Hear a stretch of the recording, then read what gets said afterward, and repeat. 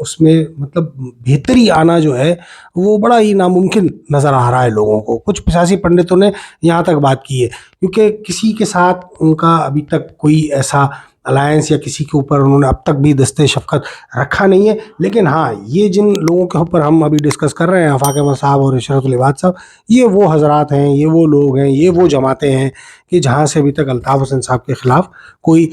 جو ہے زہر نہیں اگلا گیا ہے. آپ کیا کہیں گے جاوید صاحب؟ اصل میں بات دراصل یہ ہے کہ اس وقت جو ہے الطاف حسین نے ماضی میں جتنے رہنما ہیں جتنے ان سب کو لتاڑا ہے, سب کو. جی جی اس میں یہ جتنے بھی ہیں جن کے آفاق احمد ہوئے, عشرت العباد ہوئے, جی ہاں جی اب الطاف حسین نے اس دن جب وہ توصیف احمد جو شکاگو کے براڈ کاسٹر تھے انہوں نے سوال جی کیا تھا تو انہوں نے یہ کہا کہ جو میرا ریئلزم پریکٹیکلزم نظریے سے مطابقت رکھے گا, جو میری اس ریئلٹی پہ یقین رکھے گا, جو میں سیاست چل رہا ہوں وہ میری اس میں ساتھ چلے گا, اس کو میں پارٹی میں بھی لینے کو تیار ہوں اور اس کے ساتھ حمایت بھی کر سکتا ہوں اس کی میں. تو یہ انہوں نے امکان ایک ظاہر کیا. اب لازمی تمام جماعتیں جو ہیں وہ مظلوم طبقات کے لیے بن رہی ہیں. وہ ہوپ دلانے جو عشرت العباد آ رہے ہیں جن میں شاہد خاقان عباسی بھی ان کی پارٹی میں, نواز کھوکر بھی شامل ہو جائیں گے, تو وہ بھی عوام کو پاکستان کی ایک امید دلا رہے ہیں, ایک ہوپ دلا رہے ہیں. اسی طریقے سے آفاق احمد اپنے مہاجر عوام کے لیے ایک امید ہے, ہوپ ہے. اگر ان کو الطاف حسین کی حمایت مل جاتی ہے اور الطاف حسین کو پھر میں بار دیگر کہوں گا پاکستان میں بھی آنے کی اجازت مل جاتی ہے جی بالفرض محال, تو پھر آپ دیکھیے گا کہ یہاں کیا تماشا چلتا ہے, کیا سیاست چلتی ہے. جو پرانے یہاں جو سیاست کر رہے ہیں ان کو پس منظر میں ہو جانا پڑے گا یا ان کو چلا جانا پڑے گا یا خود بخود ہو جائیں گے, اور یہ لوگ جو ہیں پنپ کے سامنے آئیں گے, اچھل کے سامنے ان کی یعنی کہ آبیاری ہوگی ان کی جماعتوں کی, جو جماعتیں اس وقت ٹھنڈ ٹھنڈ میں خاموش بیٹھی ہوئی ہیں. جی ہاں میں یہ سمجھتا ہوں کہ اس میں پہلی شرط وہی ہے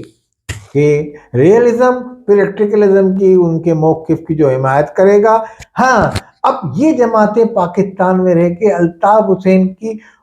اس بیانات کی حمایت نہیں کر سکیں گی, کیونکہ جو الطاف حسین پاکستان کی اسٹیبلش و مقتدرہ کے خلاف زبان استعمال کرتے ہیں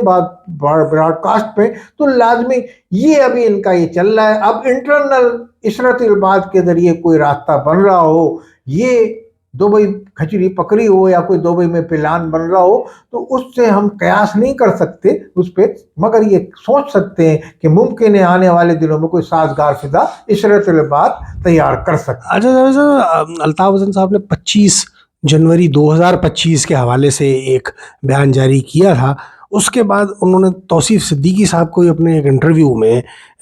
اس سے انکار کیا, اور انہوں نے کہا کہ مجھے تو خود یاد نہیں رہتا میں نے کیا بیان دیا, میں نے پتہ نہیں کس تناظر میں وہ بات کی. انہوں نے اس کو جو ہے ذرا سا تھوڑا سا مزہ کا تاثر دیتے ہوئے اس بات کے اس امکان کو رد کر دیا. لیکن انہوں نے ایک یہ بیان باقاعدہ جاری کیا تھا. کیا آپ سمجھتے ہیں کہ ان کا بیان عمران خان صاحب والے تناظر میں دیکھا جا سکتا ہے کہ عمران خان صاحب کو کوئی ریلیف مل رہا ہو, اور کیونکہ عمران خان کی حمایت میں الطاف حسین صاحب اور ان کی جماعت کے بیانات لندن سے جاری ہوتے رہتے ہیں, تو آپ اس کو کیسے دیکھتے ہیں؟ کیا اس تناظر میں اس کو دیکھا جا سکتا ہے اور الطاف حسین صاحب کو وہاں سے کوئی ریلیف مل سکتا ہے عمران خان صاحب کو کوئی ریلیف ملنے کے بعد؟ ایک ریلیف کی جو بات ہے وہ ریلیف یوں ہے ریلیف کہ الطاف حسین وہ سیاست چل رہے ہیں جو آج زبان عمران خان استعمال کر رہے ہیں. الطاف حسین ماضی میں وہ اسی طریقے کے فیوڈل کے خلاف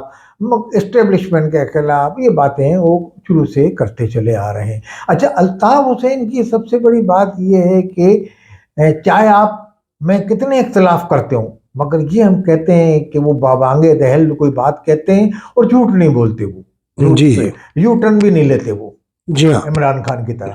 اب الطاف حسین کو آج میں آپ کو یہ بتاتا چلوں, الطاف حسین کو یہ نظر آ رہا ہے نوشتہ دیوار کہ 9 مئی کا جو واقعہ ہے اس کے حوالے سے سزائیں لگنا شروع ہو گئی ہیں لوگوں کو. آپ جی ہاں یہ سامنے آنا اسی شروع ہو حوالے گیا. سے آنے والے دن میں آرمی کے افسران کو بھی سزائیں لگیں گی, جس کی ابھی کورٹ سے بابر ستار نے ڈاک یارڈ والے کیس میں جو ان کے تھے آرمی کے سہولت کار تھے جو دہشت گردی میں, ان کو سزائے موت ان کی برقرار رکھی جی جو 2014 سے پینڈنگ پڑی ہوئی تھی. تو اس طرح آرمی کے فیض حمید کا بھی کیس چل رہا ہے، آپ سمجھ رہے ہیں، اور بھی کافی جرنیل ہیں، کافی یعنی کہ آرمی افسران ہیں جن میں یہ ایک خود احتسابی کا عمل چل رہا ہے۔ اسی میں سویلین آئیں گے، سویلین بندے اس میں آئیں گے جو ان کے بڑے رہنما ہیں پی ٹی آئی کے، جس میں خاتون ہیں، پھر وہ عبدالرشید ہیں، زاہد الرشید، دوسرے بہت سارے ان کے رہنما ہیں، جس میں عمران خان خود ہیں۔ جی ہاں تو جی عمران خان کو جیسا کہ الطاف حسین نے بھی پچھلے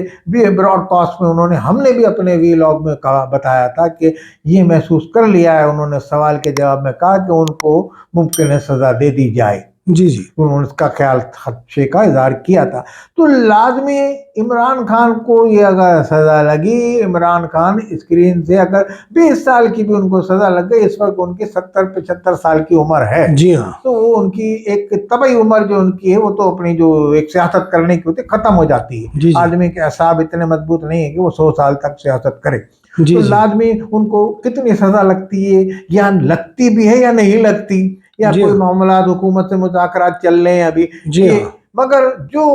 بات نظر آ رہی ہے روز روشن کی طرح بتدریج بڑھ رہی ہے، ملٹری کورٹ اور یہ سزائیں، اور کورٹ پاکستان کی عدلیہ نے کہا آپ فیصلے کریں، تو کہنے کا مقصد یہ کہ ان کو سزا لگ جائے گی، اس کے بعد ہو جائے گا اسپیس یہاں پاکستان میں اسی نعرے لگانے والے کا، تو وہ اسپیس جو ہے ممکن ہے الطاف حسین پاکستان میں آ کے یا پاکستان سے باہر رہ کے بھی پورا کریں، اور ان کی لازمی وہی بیانات چل رہے ہیں ان کے۔ جی ان کی فین فالوئنگ تو پی ٹی آئی میں بھی اب ہو گئی ہے۔ ہاں پی ٹی آئی میں بھی ہو گئی، تو لازمی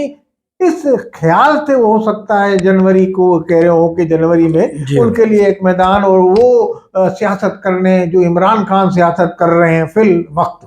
جو جی کر رہے تھے، اس کو وہ لے لیں گے ٹیک اوور کر کے، وہ چل سکتے ہیں آگے جا کے۔ پھر آگے جا کے کیا حالات پیدا ہوتے ہیں کہ عمران خان نے تو مذاکرات کے ایسے معاملات آ گئے،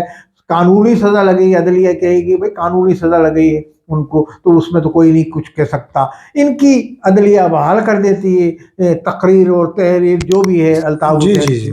یہ ان کے لیے تو کوئی بڑا کیس نہیں ہے ان کا، کیونکہ وہ